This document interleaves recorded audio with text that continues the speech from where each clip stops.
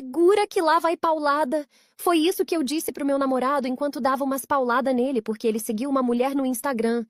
Meu nome é Juliana, vulgo Juju surtada, e foi tanta paulada que o traidor ficou em coma. Nesse dia eu estava em casa sem nada pra fazer. Meu dia estava muito entediante. Eu estava doidinha pra arrumar uma briguinha com ele, só pra aliviar minha raiva. Minha intuição dizia que ele estava fazendo alguma coisa de errado, e minha intuição nunca falha. Quando entrei no Instagram dele, notei que tinha subido o número de pessoas que ele seguia. Já fui logo ver quem era, mas acabei descobrindo uma traição imperdoável. Ele tinha começado a seguir uma mulher, a pastora da igreja. Já fui correndo cobrar o traidor.